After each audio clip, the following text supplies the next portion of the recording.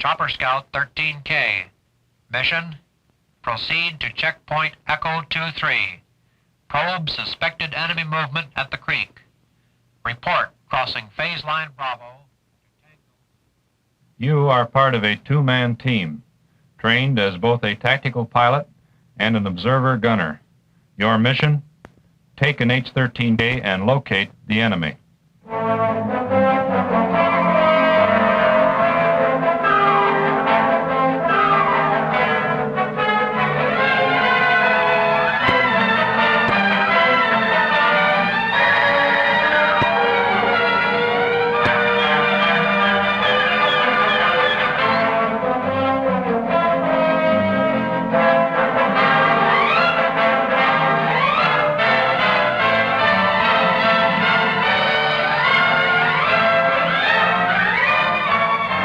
Map of the Earth flying, the tactical environment for aircraft on the battlefield of today and tomorrow. What maneuvers will help the armed reconnaissance helicopter live in this environment? In this film, you will see the Bell H-13K demonstrate a series of combat tactical maneuvers. The H-13K is basically an H-13H, but with a slightly larger rotor diameter and a supercharged engine to assure a constant payload for any condition of altitude and temperature. Upon entering suspected enemy area and coming under observation or fire, the first maneuver is to hit the deck at a maximum rate of descent and seek cover, dodging, twisting, turning, taking advantage of the terrain.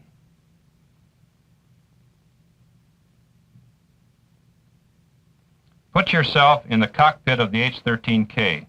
Notice the high rate of descent and steep attitude. Control applied to hit the deck is a simultaneous full down collective and full forward stick. Recovery is made as low and as fast as the terrain allows. The twist is a yawing maneuver at normal cruise for employing fixed machine guns in reconnaissance by fire, probing for the enemy. Spotting a suspected enemy position, the pilot applies full left then full right rudder, providing coverage about 60 degrees either side of the flight path. The gunner observer fires to develop the enemy, defining his size and strength. As the helicopter twists, he fires short bursts into the suspected area. The twist, at cruise, minimizes vulnerability and serves to extend mission range. Having located the enemy position, the reconnaissance helicopter takes cover behind a hill, building, or tree line, ready to engage the enemy with fire. Rapid application of full-up collective jumps the helicopter to a suitable observation and firing altitude. It twists and sprays the enemy with bursts of fire. A getaway is made by diving for cover before the enemy can react with return fire. The K now takes up a new position to repeat the jump, fire, run maneuver. In this manner, the armed combat reconnaissance helicopter can take full advantage of its two greatest assets, concealment and surprise.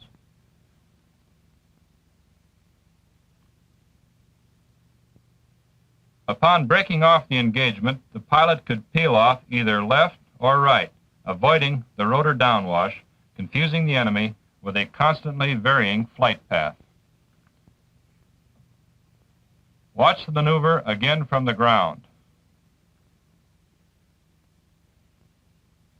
Note the high rate of climb, the sudden stop at the peak of the climb, the terrain coverage through use of rudder control, and the rapid dive for cover. This is not friendly territory, so take advantage of all concealment available. In navigating across unfamiliar terrain, the pilot may often be forced to do a quick decelerating flare to reduce speed, change direction, or land while staying low and concealed. Here, for example, you find yourself flying into a wooded dead end. Execute the Woe Boy, a sideward flare maneuver. Then turn and proceed more slowly to investigate the terrain beyond. Now take a look at the old way of performing a decelerating flare or quick stop. Notice that the helicopter goes up above the tree line where it may get shot out of the sky. This type of maneuver cannot be tolerated in nap of the earth flying. Notice how this flare is executed down among and below the trees, fully concealing the helicopter.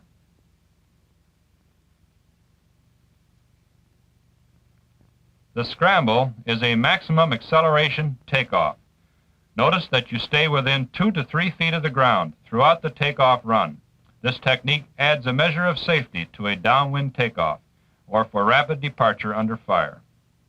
The scramble is particularly effective when you find yourself, as here, boxed into a wooded corner, committed to takeoff regardless of wind direction.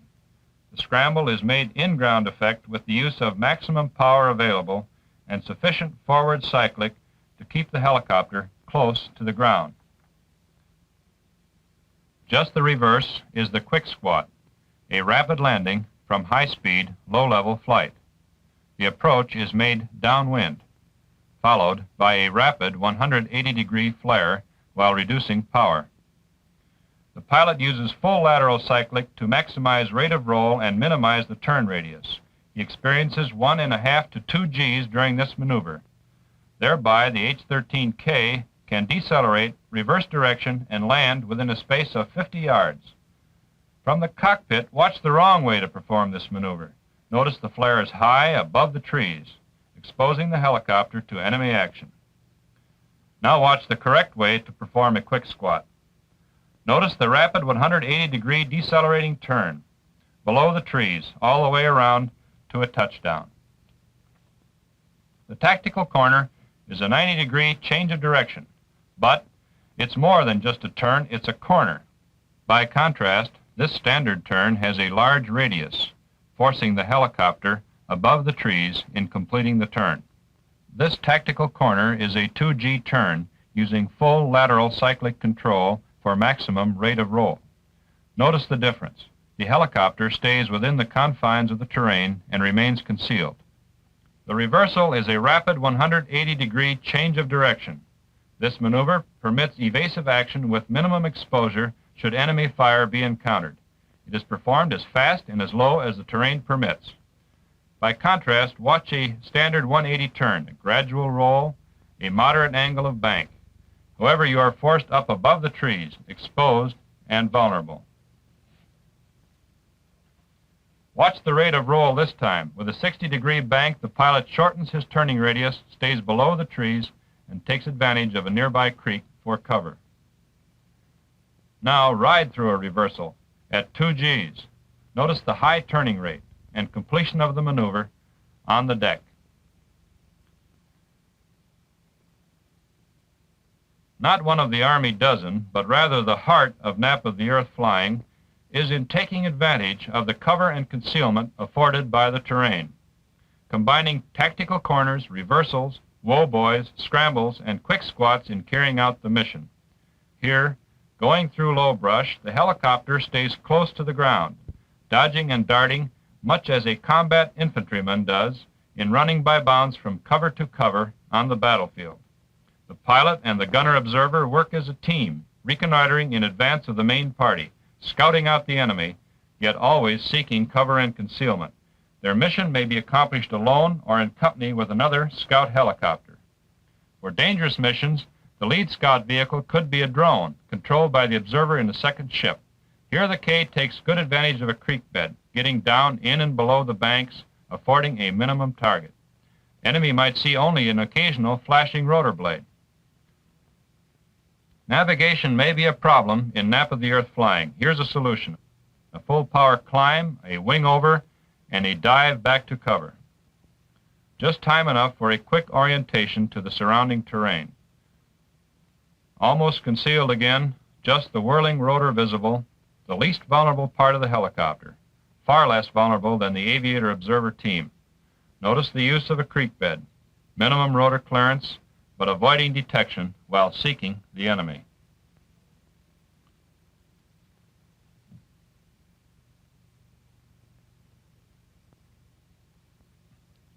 The mission takes you across a short stretch of open country. then into the woods. Here you can't fly above the trees. You must get down among the trees. It is essential that the combat aviator become as familiar with the width of his aircraft in terms of rotor diameter as he is with the location of the fenders on his car. Then he may take advantage of terrain such as this and afford himself the maximum concealment available. Slowed to 30 knots, but avoiding detection, he maintains the advantage of surprise, which could be lost above the trees, even at high speed.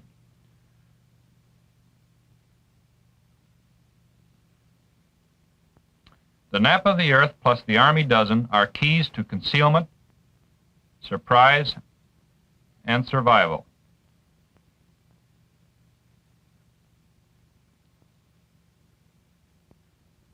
The possibility always exists that combat damage may force an emergency power-off landing from low altitude. Ride one through in the cockpit. Watch your RPM, 80 knots, altitude 5 feet. Emergency, flare, gain altitude, then down collective, stick back, stay close to the ground, slow down, hold it. Now pull pitch, on the ground, no problem in low-level emergencies. But the mission is not completed. You've been under enemy small arms fire and have to make a quick inspection of the aircraft. Uh-oh, the tail rotor blade has been hit several times.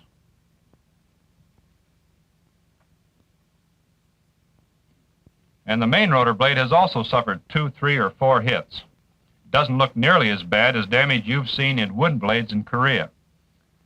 These all-metal main and tail rotor blades are able to absorb a considerable amount of damage. Not being in friendly territory, you continue the mission and change these components later.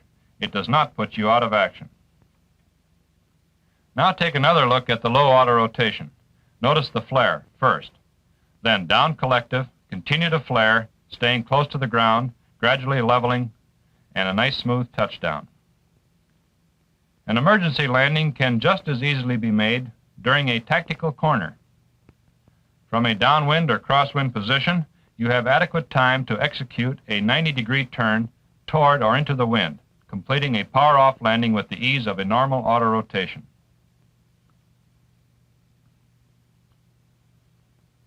In crossing the terrain, you rarely find a spot which is not large enough for the H-13K helicopter.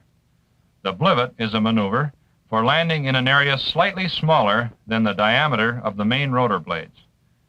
Here the pilot has selected a landing spot on a road in the woods and makes his approach low over the trees. On final, the approach is made at a slow forward speed with a moderate rate of descent, allowing the main rotor blades to trim off small tree branches in clearing a path to the selected landing spot.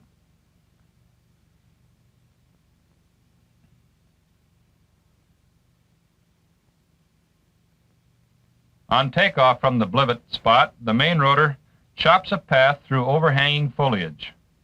It is again apparent in this departure that the pilot must be thoroughly familiar with the size of his helicopter in terms of tail rotor position and main rotor diameter.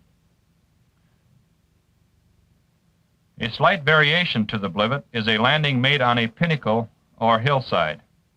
The approach is low, following the rising terrain to the pinnacle at treetop level. The pilot flares and drops into the selected spot. He remains just long enough to complete the mission and then jumps out, diving back down the slope of the hill at treetop level and into cover.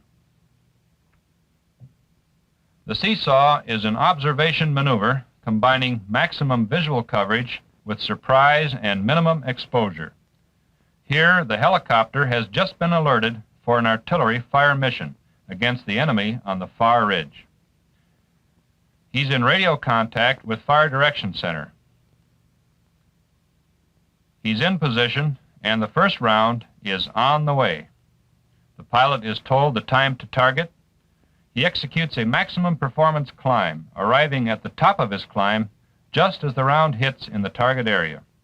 His observer senses the splash, calls in a correction, and the helicopter dives for cover.